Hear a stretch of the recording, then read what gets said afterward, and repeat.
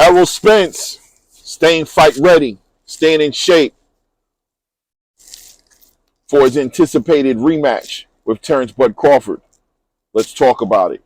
It's the ATP Combat Media Show, and it's your boy Claymore Rain.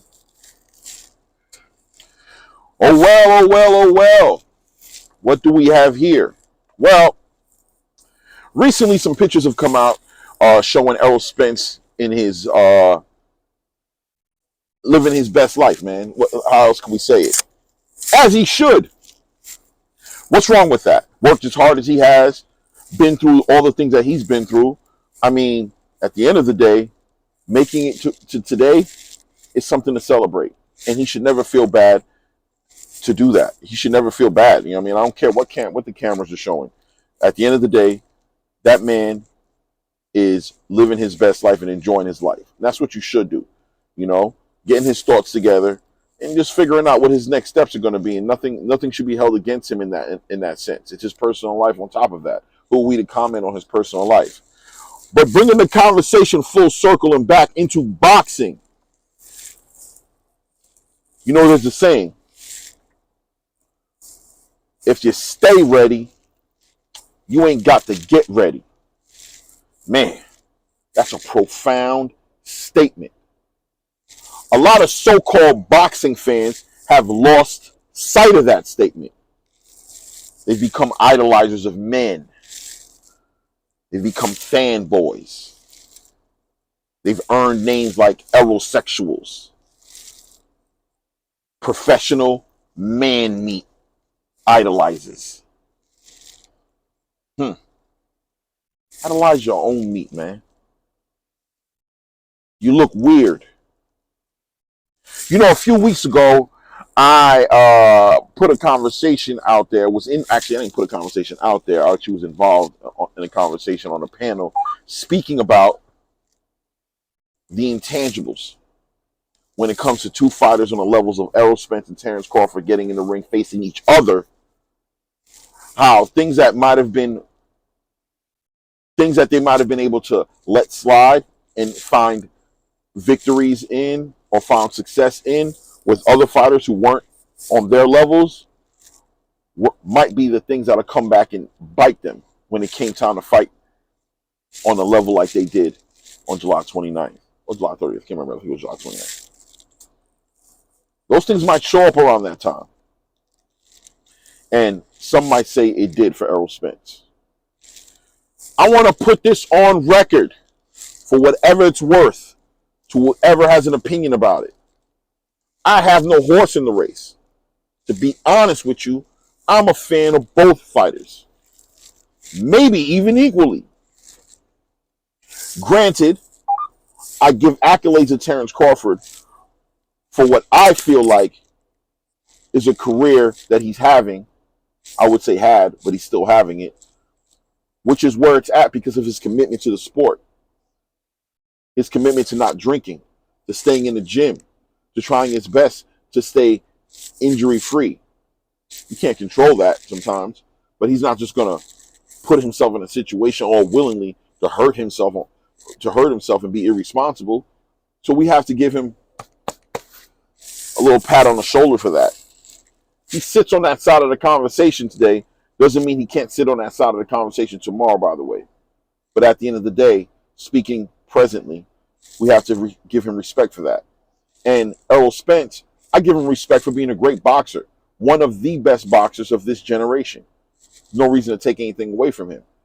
But when we're speaking specifically towards a fight in between Errol Spence and Terrence Crawford, we can't sit here and play the games of we're not going to hold one fighter accountable and we're going to hold the other fighter accountable for every little damn thing he does.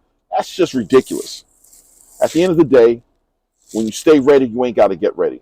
If you're not eating right, if you're not cutting weight correctly, if you're putting alcohol and bad things into your body that can affect you in a negative way health-wise, if you're in accidents where the car flips X amount of times, your fault or not your fault, by the way, but definitely a shame on you if it's your fault, because your fault meaning that you could have avoided that by staying disciplined and staying true to who you're supposed to have been.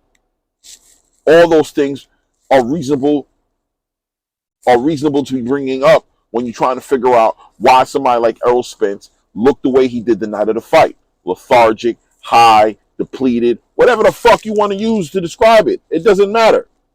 Why was he looking like that? If he was walking around at 190 pounds before this fight, before the camp of this fight started, and he had to cut from 190 pounds to 147 pounds, that's a hard cut. That could lead to him looking depleted. If he has injuries in his body, broken ribs, broken jaw, broken face, eye socket, whatever the hell, that could have something to do with why he swelled up like a balloon just from taking straight jabs from a Terrence Crawford. Is that taking anything away from Terrence? Man, no. If anything, it's giving Terrence extra credit because it's saying we can see why he committed to not drinking, and we can see how his lifestyle that he lived and how committed he stayed to the sport, how significant that was if you didn't know how significant it was. If you didn't understand that the real fight was everything he did outside the gym, that the real fight was everything he did outside of the actual fight in the ring, now you can see. It's what you see in the ring is nothing but a product of what's happening outside of the ring. So that's credit to Terrence Crawford. Some people would like you to ride the wave of if you hold Errol Spence accountable for things that he did in any kind of way, that vicariously you're taking away some of the credibility from Terrence Crawford. I guess if you want to get all technical about it and say that, oh, if Errol Spence would have done what he was supposed to do, he'd have fought and competed better than what he did. I guess. You want to hold him, if the cost of holding Errol Spence accountable for the way he moved around in the ring is taking some credit away from Terrence Crawford, I guess in a technical way and in a technical argument, if you want to make that as some sort of point to deter people from holding Errol Spence accountable, I guess you could. I don't feel it's that at all. I feel like we can definitely hold Errol Spence accountable for the way he trained and got ready for that fight and not take anything from Terrence Crawford. And I'm not here to argue the semantics. The truth is what the truth is. So you see Terrence Crawford in the gym or even playing football or playing basketball or wrestling or doing whatever he's doing, helping other fighters get ready.